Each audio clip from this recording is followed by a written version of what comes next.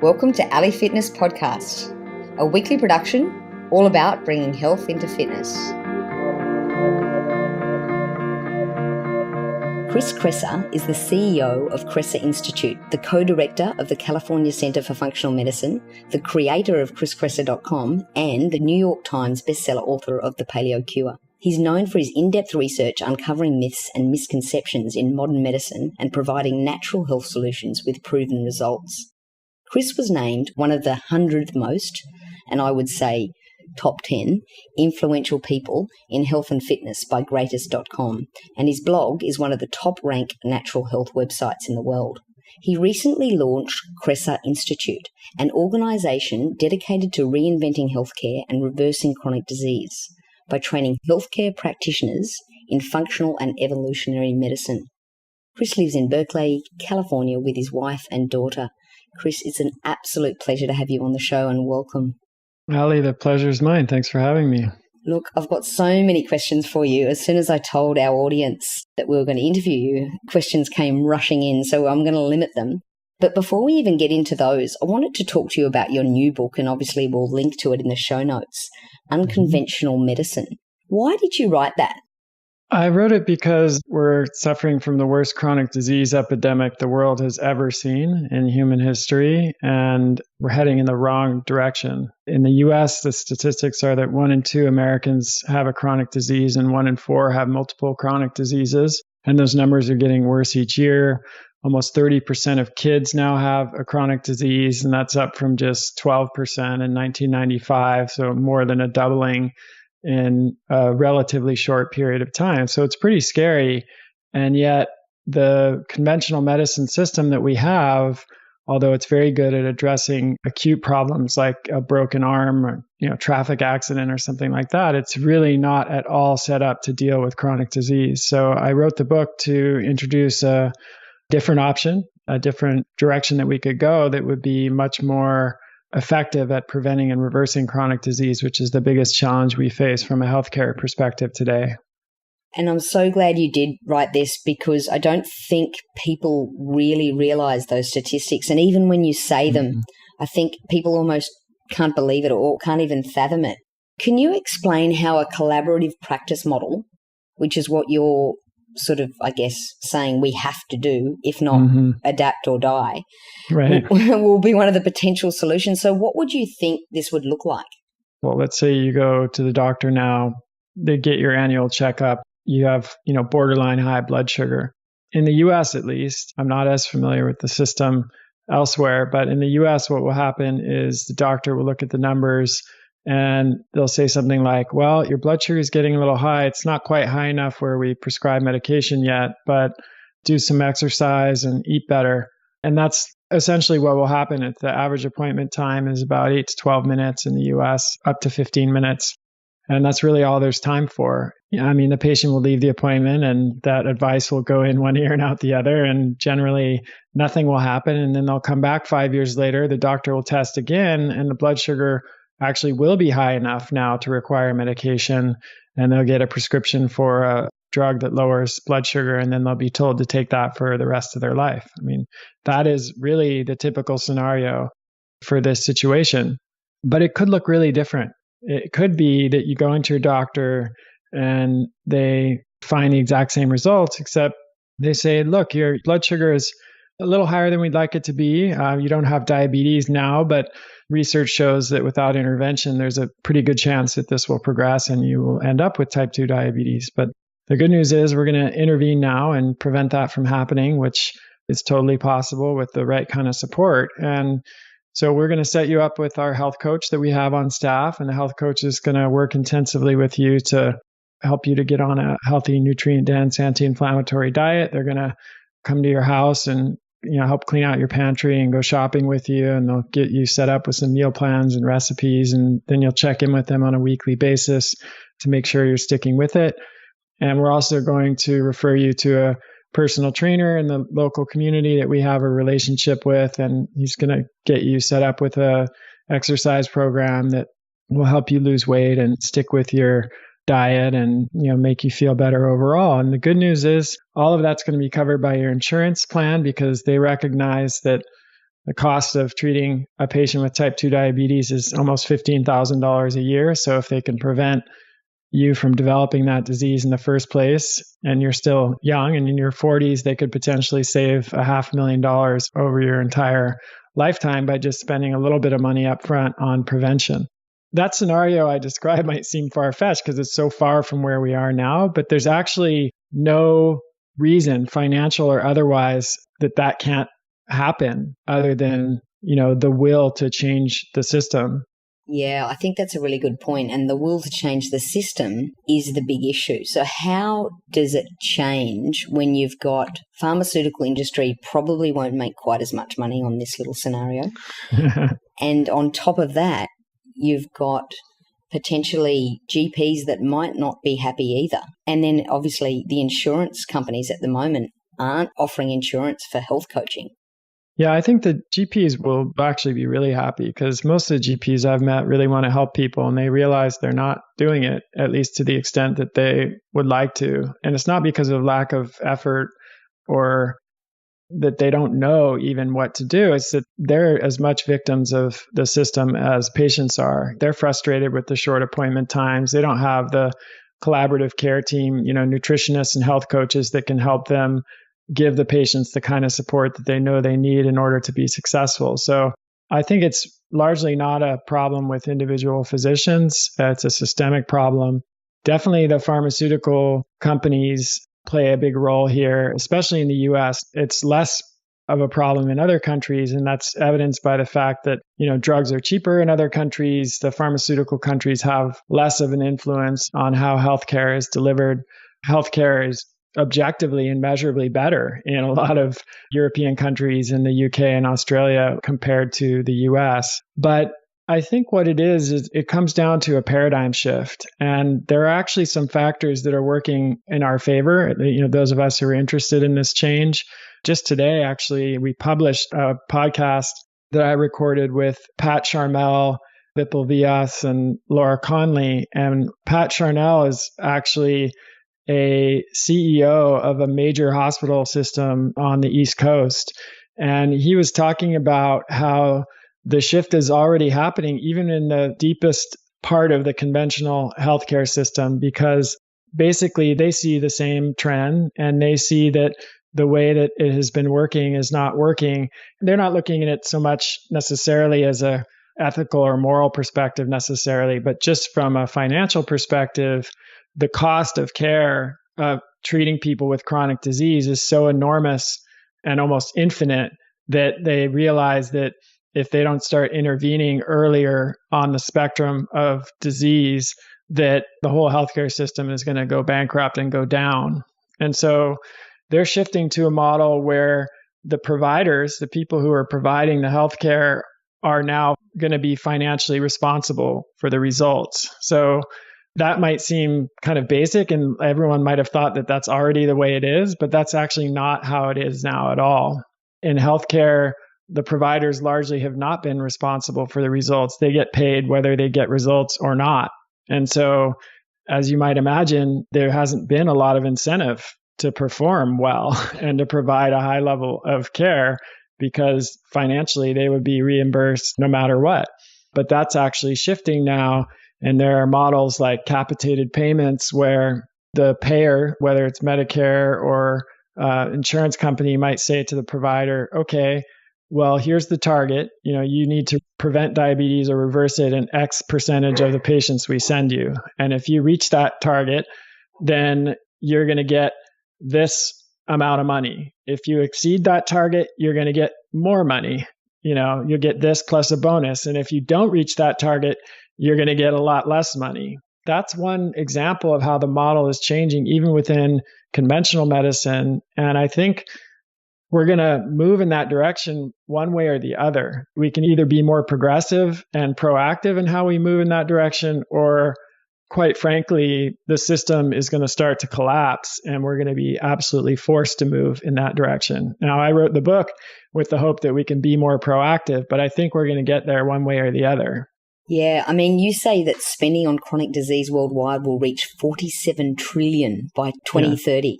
I mean, that's an incomprehensible number for most people. I can't even comprehend that. No. So given that, it's definitely going to change. How can we be more proactive as health coaches or as people that just really care, even as patients? What can we do to make that happen?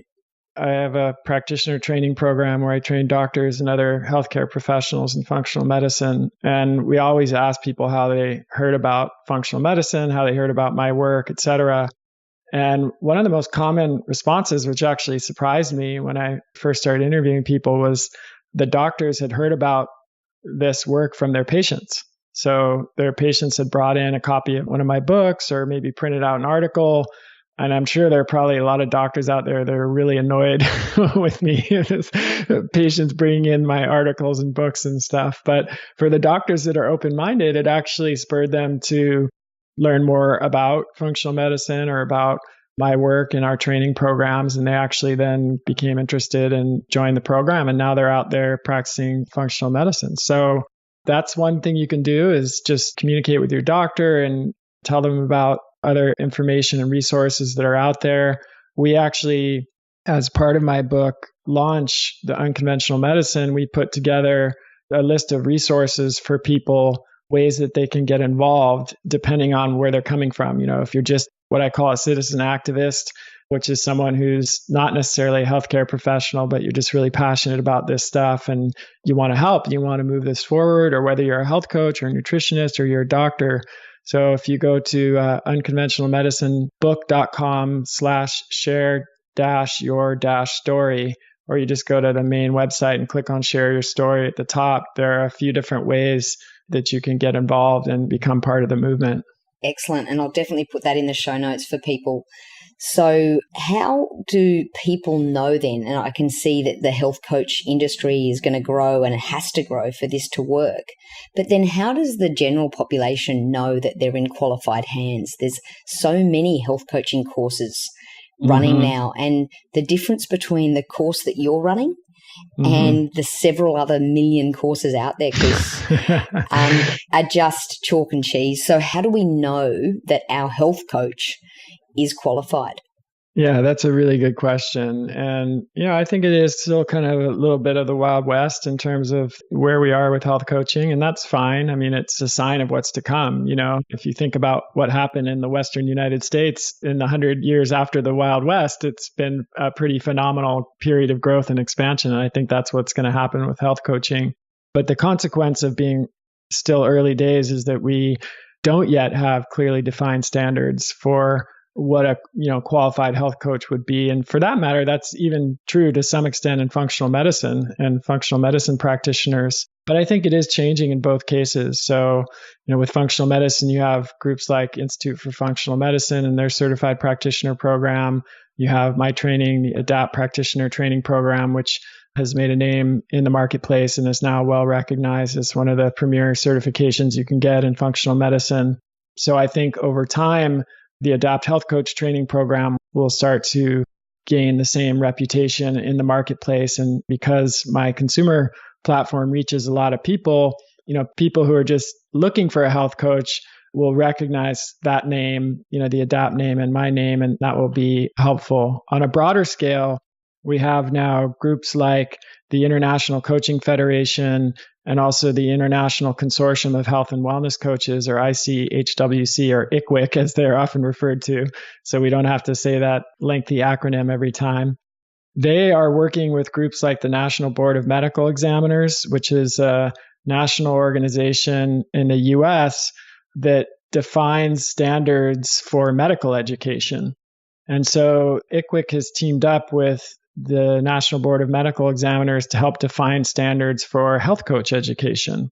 Their application process has been closed for new schools throughout the entire time we were creating the coaching program, but they just reopened the application. So we're going to apply, and I'm quite certain that we'll become an ICWIC approved school. So that will be another benchmark that people can use as one way of ascertaining whether a program is high quality. Now, There will be programs that are not improved that are still high quality, but you can use at least the ICWIC criteria for what should be in a coaching program to then look at the program you're evaluating to see if it ticks all the boxes and is including everything that should be in there to prepare you as a qualified health coach. That's really great advice.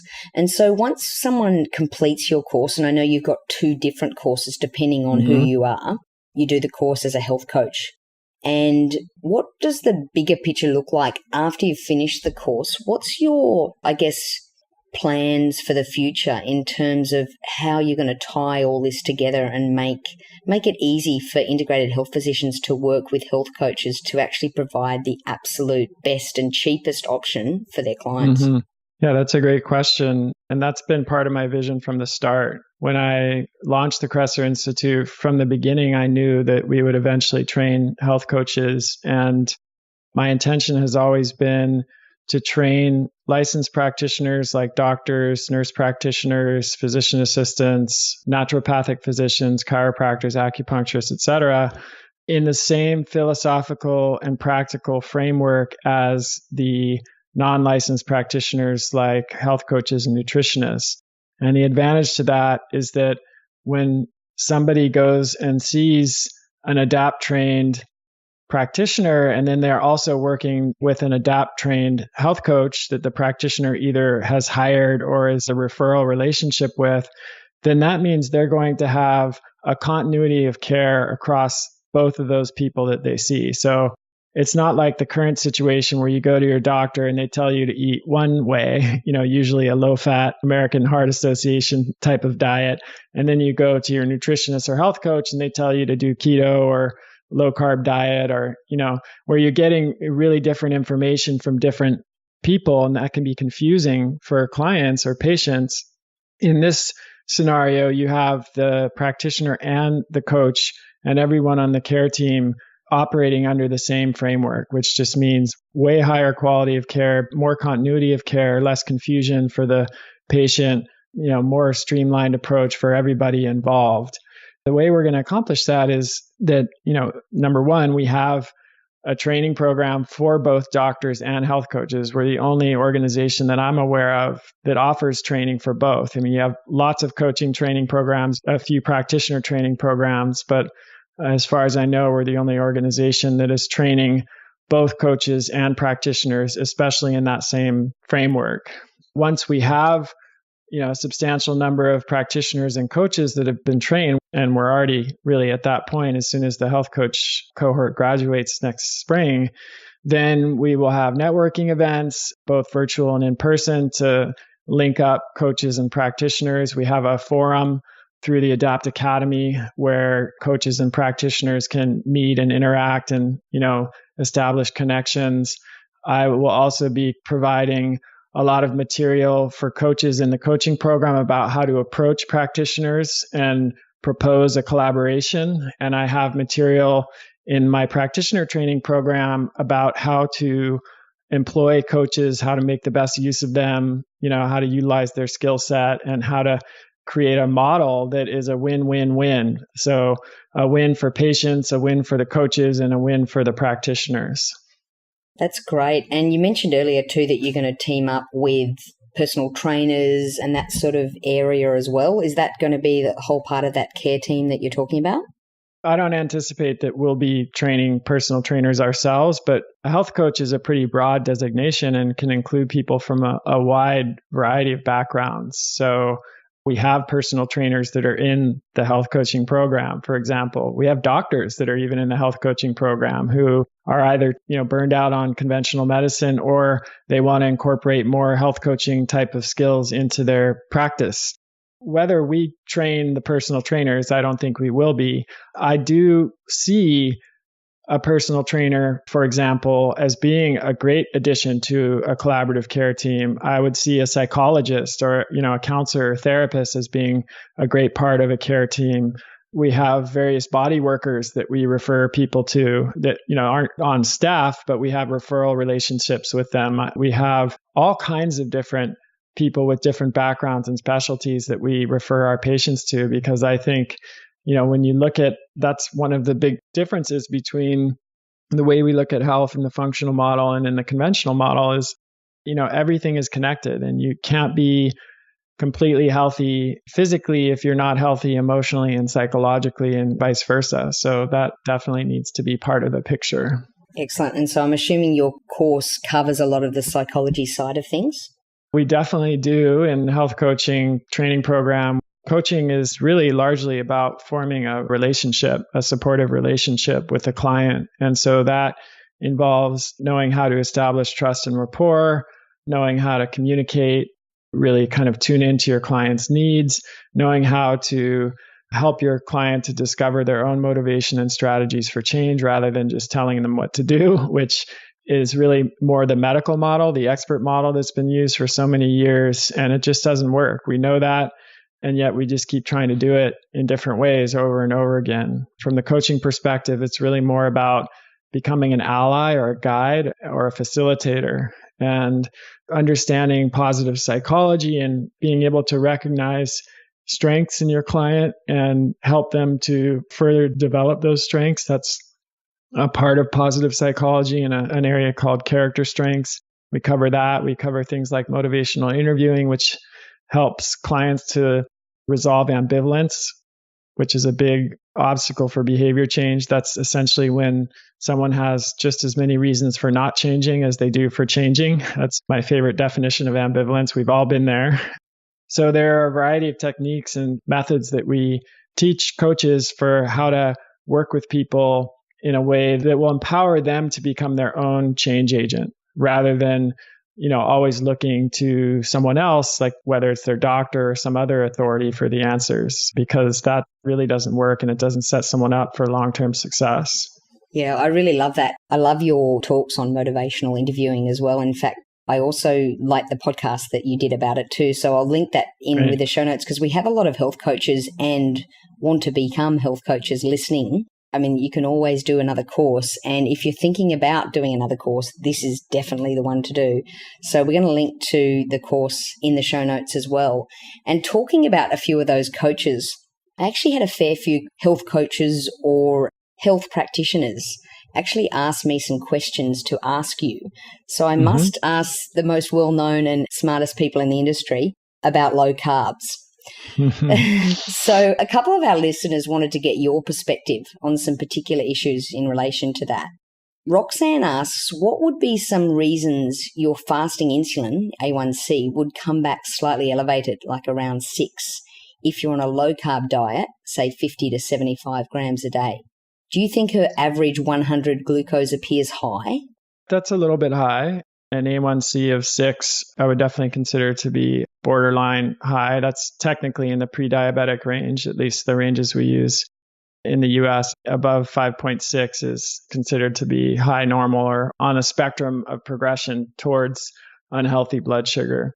The first thing I have to say is that A1C itself is not a very accurate marker in individuals. It was really developed as a screening tool for large population studies, and it doesn't require fasting. So that was one big advantage of it for screening purposes, and it's cheap and it can be done quickly, and it's a pretty standardized test. So it works really well for screening in big populations, but there are some issues with it which make it less reliable as a marker for individual blood sugar. And I have an article about this. If you type in A1C and Kresser, my last name, it will pop right up at the top of the search results. And I won't go into detail here because it would take too much time, but they can familiarize themselves with why A1C itself on its own shouldn't be used as a reliable blood sugar marker. That said, if the questioner has also had their fasting blood sugar tested and it's maybe in the high 90s or low 100s, and there are some other signs of high blood sugar, then there are several things to consider. One is that there are many other things that can affect blood sugar levels that don't have anything to do with diet, or at least aren't directly related. Cortisol levels are a big one. Cortisol is a hormone produced by the adrenal glands during stress response. And one of cortisol's main jobs is to actually bring blood sugar up when it has fallen too low. And that's great when our blood sugar actually is too low. But if we're under chronic stress, the continual inappropriate release of cortisol will actually raise blood sugar almost independently of what we're eating. So that's something to check into for sure. gut infections, things like SIBO or dysbiosis, disrupted gut microbiome, parasites, fungal overgrowth. Those can all cause a chronic low-grade inflammatory response in the gut, which can lead to leaky gut, which in turn can cause inflammation, which can raise blood sugar as well. You have things like heavy metal toxicity that can increase blood sugar. But it could be, depending on the circumstances, if someone is still significantly overweight, that can on its own cause insulin resistance and blood sugar. And if, they've just started this diet, for example, it may just be a question of a little bit more time. Once they've been able to lose a little bit more weight and become more insulin sensitive, then the numbers will usually start to trend down again. That totally makes sense. And that's why my next question from Linda really confuses me as well, because she's been paleo for 6 years. Yeah. And 50 to 75 grams of carbs a day. Her A1C is 5.7 and insulin's 3.2, and yet her glucose are around that 97 to 99. Fasting insulin is a really great marker because it's one of the first markers that goes out of whack in insulin resistant state. It's been shown to precede abnormal fasting glucose and A1C levels sometimes by several years. So there are a couple of considerations here. One, if the person is normal weight and they're eating, as you said, 50 to 75 grams of carbohydrate, and those are healthy whole food carbohydrates, which I assume they are if they've been paleo, then a few considerations would be what I mentioned about A1C, just making sure that's providing an accurate read. And then the fasting blood sugar, if that's being done in the morning, you need to do some other fasting readings during the day with a glucometer, which is a device that measures blood sugar, to make sure that those high fasting readings are not just the dawn effect.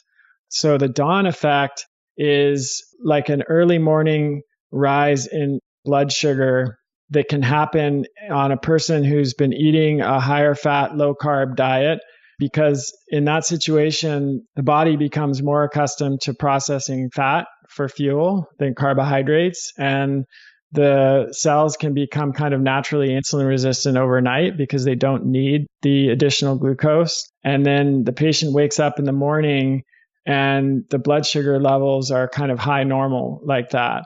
But if that's true and that's what's happening, then what you should expect to see is you eat breakfast and then blood sugar levels will go up a little bit as they do after you eat. But then after breakfast, maybe a couple hours later, if you test again in the fasted state, then you would expect the blood sugar to be normal, like in the 80s, high 70s, or in the 80s, or perhaps the low 90s. So if you see that, then that means you're probably experiencing this dawn effect that's not really a pathological problem. It's just a reflection of the changes that have happened in the body in terms of processing glucose. Another possibility would be, as I said, to look at other causes of elevated blood sugar that are not diet related. As I mentioned, high cortisol is probably really at the top of the list. I mean, we live in all of the developed world, not just the United States, that is just constantly on now. It's a 24/7 culture these days. And I was just reading some statistics that almost 60% of Americans aren't taking their vacations. And even when they do, most people are working and checking their email.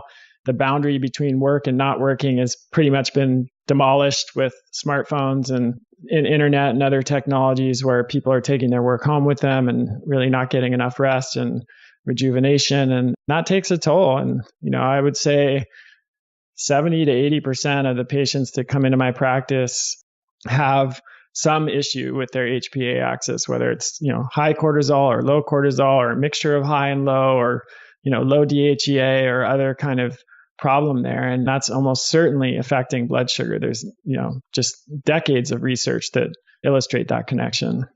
Yeah, that's a really interesting point. And I'm glad you brought up cortisol. And I'm not sure whether they've actually investigated cortisol or not. So that's a really good thing to do. And then assuming that there are issues with that, I won't ask you what to do from there, because I know this. Move to the country, stop your stress in your life, all of that sort of thing. I'm glad you brought that up. So most people, of course, will not be able to do either of those two things, move to the country or stop the stress in their life. So it's really important to not set that up as the expectation, because if we do, then most people will just feel like there's nothing they can do and they won't do anything.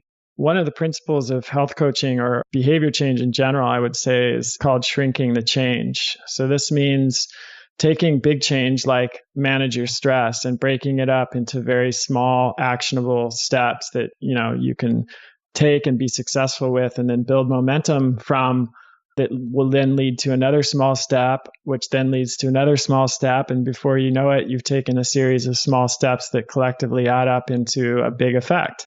And what I've noticed after a decade of treating patients and teaching and training clinicians and other practitioners is that most of us expect that we'll find some big smoking gun or some silver bullet or some hugely significant kind of change or intervention that's going to make a big impact in our health. And what I've found to be true is the opposite, that it's usually a series of very small changes that, when collectively put together, add up to a big effect. And so in the context of stress management, that could look like making sure you're getting 8 hours of sleep, in bed for 8 hours at least. So going to bed an hour earlier. It might look like using heart math, inner balance, or Muse, or any other number of new tools that can help you to track your heart rate variability and then learn to change that and put yourself into a parasympathetic nervous system response, which is the opposite of fight or flight, using neurofeedback or biofeedback, using any of the numerous apps out there like Headspace or mindfulness to learn a mindfulness or meditation practice, or doing a class in mindfulness-based stress reduction at a local hospital or medical center. It might be just learning to say no a little bit more often than you have been so far. Not a huge change, but taking on fewer obligations and commitments. It might mean learning to cultivate more positive experiences in your life. So Rick Hansen, for example, he's a neuropsychologist, and he wrote a book called Hardwiring Happiness that is full of research that shows that where we put our focus, without changing anything in our life, but just changing what we focus on and where we put our attention, can make a huge difference in our quality of life and our experience of the world around us. So a lot of small changes can really add up to having a big effect. That is really, really great advice. And I know so many people are perfectionists and they think they have to make this massive life change. And just those small steps can do so much. So I really appreciate that. And also giving us some actual live examples about how we can implement those. That's excellent. I'm not sure if you want to go here, but a lot of women often say to me, and Tina actually asks, what can perimenopausal women do who find themselves gaining weight, even following a very strict paleo lifestyle? Yeah, that's a good question and a common scenario. So in perimenopause, what's happening is the burden of hormone production is shifting from the ovaries, where it has been, throughout the menstruating woman's life, to the adrenal glands, actually, which is what will assume the burden of ongoing hormone production once the ovaries really stop doing that. So we were just talking about the HPA axis and its role in the stress response and, governing our stress tolerance and how we respond to stress. Well, it turns out it has a particularly important role in women who are entering menopause, because if we understand that the burden of hormone production shifts from the ovaries to the adrenals, then it becomes clear that making sure that the HPA axis and the adrenals are in really good shape for a woman who's in perimenopause and entering menopause is absolutely critical, because that will be the system that really determines how easy or difficult that transition is. And so the better shape that the HPA axis is in, and that comes down to healthy diet, getting enough sleep, getting the right amount of physical activity, not too little and not too much, managing stress in the ways that we talked about. Don't have to move out into the country or quit your job or anything. Just making a series of small changes can really have a big impact on the HPA axis. And then that in turn can help with female hormone production. So what's happening there in the situation where a woman is gaining a lot of weight, it could be an issue with cortisol production, or it could be an issue with declining levels of estrogen and progesterone. But either way, I've found that the best way to intervene from a functional perspective is to focus on the HPA axis first and do as much as you can there. And only then, if that's not fruitful, consider more direct intervention on the level of the sex hormones like estrogen and progesterone. For me, I will almost always use herbs first because I'm an herbalist by training, among other things. And I just think that's a better approach for many women than using bioidentical replacement hormones. In our practice, we do consider bioidentical hormone replacement, particularly for menopausal women, not as much perimenopausal women, if that is appropriate. And all of the other avenues have been already explored and haven't gotten us where we need to get to. That's really interesting. And that's great that you mentioned that, because a lot of people miss that step, I think. They don't even consider the HPA axis and they go straight to hormones. That's right. And the problem there, as I'm sure many listeners who've been down that road will attest to, is that it's not really addressing the root cause of the problem, which of course is the fundamental principle of functional medicine. And what can happen then is the hormones either don't work as well as they would otherwise, or they do work for a period of time and then they stop working. And then women have to, either increase the dose or switch to a different form. And it becomes this really difficult thing to manage. And that's often because those more fundamental aspects of hormone regulation have not been addressed. Interesting. And look, I've just got one more question from you from a great health coach, Julie Ralston, who often listens to a person that I know you have a lot of respect for too, Sarah Ballantyne. And in fact, I'll link to a really great podcast that you did with her earlier. She wanted to know what your sort of take is on IF and keto for women, especially in regards to the research that Sarah's done. She mentions in her episode 305 about why insulin is important. You probably haven't heard the actual podcast, but I'm sure you're familiar with the research she's done, basically saying that actually perhaps low carb for women may not be the best option. I would agree with that. I mean, I know Sarah pretty well, and we both agree that anytime you make a statement about something that is meant to apply to everyone from a health perspective, it's almost always false. There's, whatever that statement is, whether you're talking about diet or exercise or anything, there is really no one size fits all approach. And that's a drum I've been beating for a long time, since I wrote my first book. And well before that, I've been writing about the importance of tailoring our diet to our genetics, our epigenetics, our health status, whether we're healthy or well, our goals, are we a sedentary office worker that's 60 pounds overweight and diabetic, or are we a lean, competitive athlete that's preparing for, an upcoming competition? Those are two totally different scenarios that require different approaches. I've long been an advocate of customizing our diet approach to our individual situation, and that includes our sex. So men and women have, of course, a lot of similarities physiologically, but there are some key differences.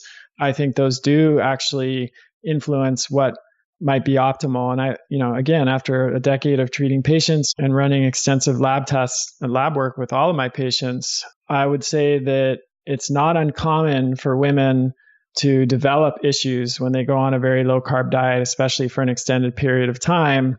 And I can give you a theory on why that's the case. A ketogenic diet or a low carb diet or intermittent fasting, those are all, in some ways, they act on the body as a stressor.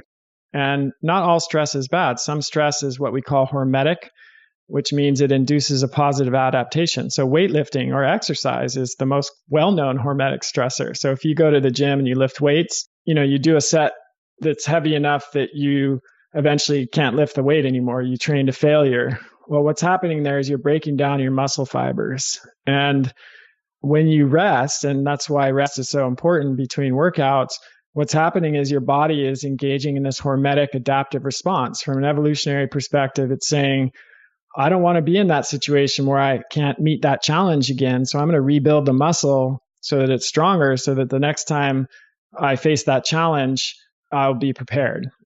That's basically how it works. So hormetic stressors can be very beneficial. But what happens if someone has such a high level of background stress already? So let's imagine a woman who is a mom, who's also working outside of the home, who is burning the candle at both ends because of that. She gets home from work, she's preparing the meal. She's helping get her kids to bed. And then after everyone's in bed, that's the only time she has to respond to some emails and get some work done. So she's staying up until midnight, looking at the screen, and then she's not sleeping well because she's been looking at the screen and that's interfering with her sleep. And she's up at, 5 or 6 in the morning. And then let's say she's also training hard at the gym. Maybe she got into CrossFit and she's doing WODs and doing very intense training. And then she's also now doing intermittent fasting and keto.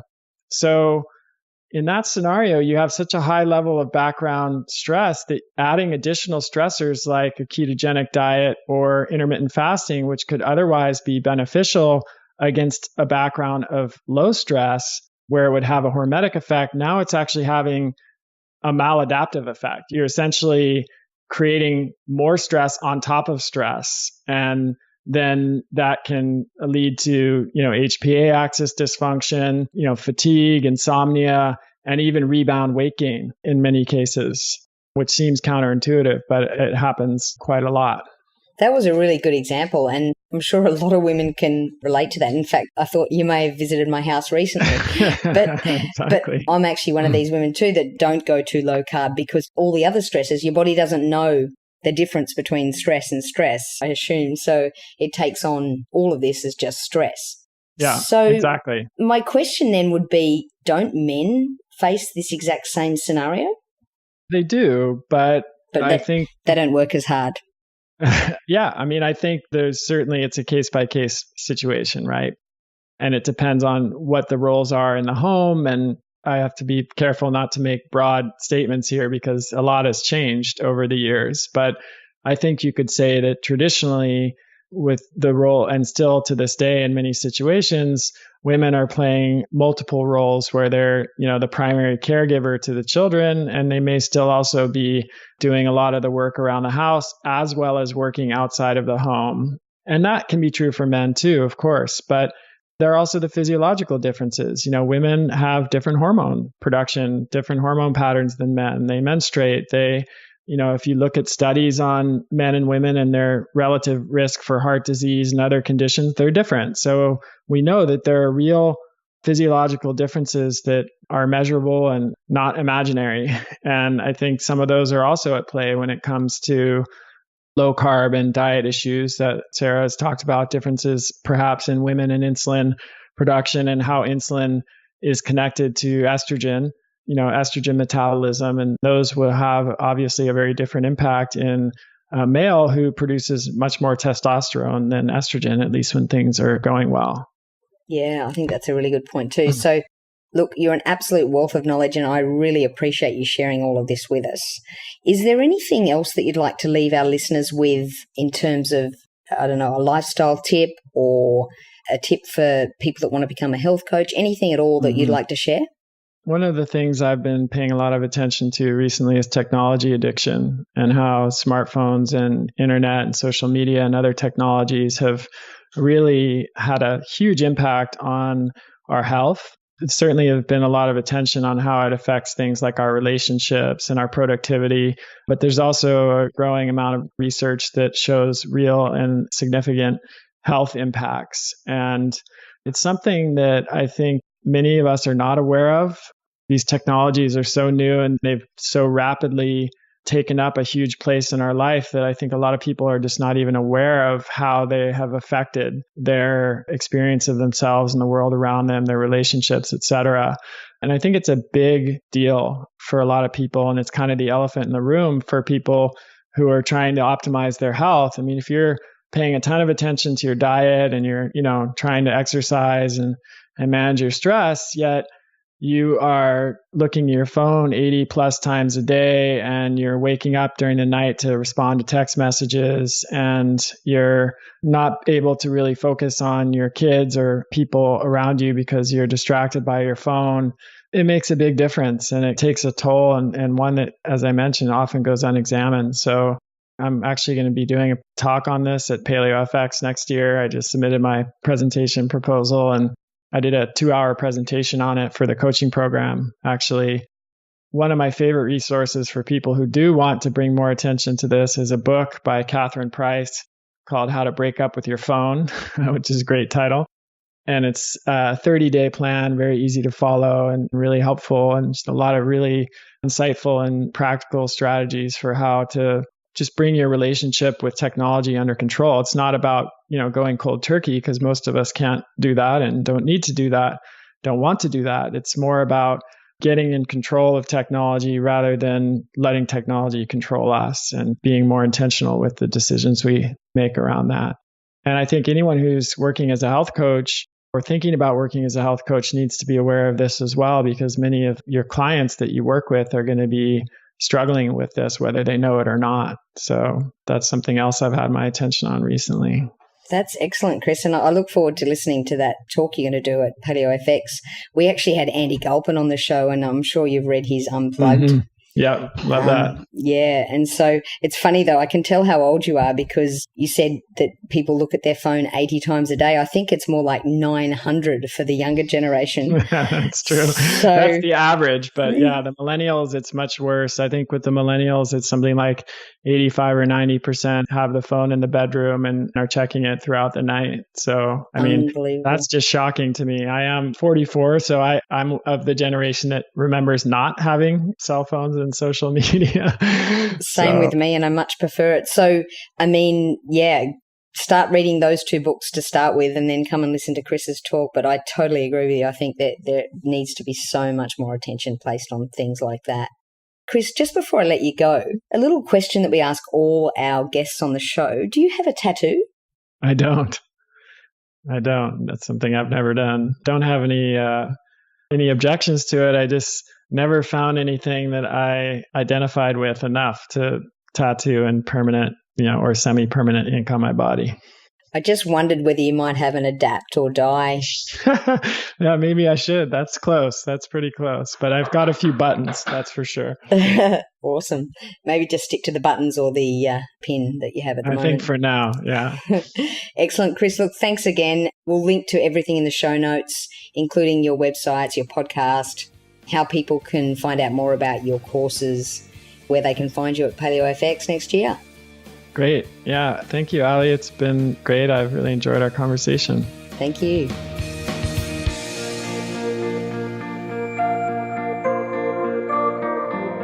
For all the resources and show notes from today's episode, please go to www.ali.fitness.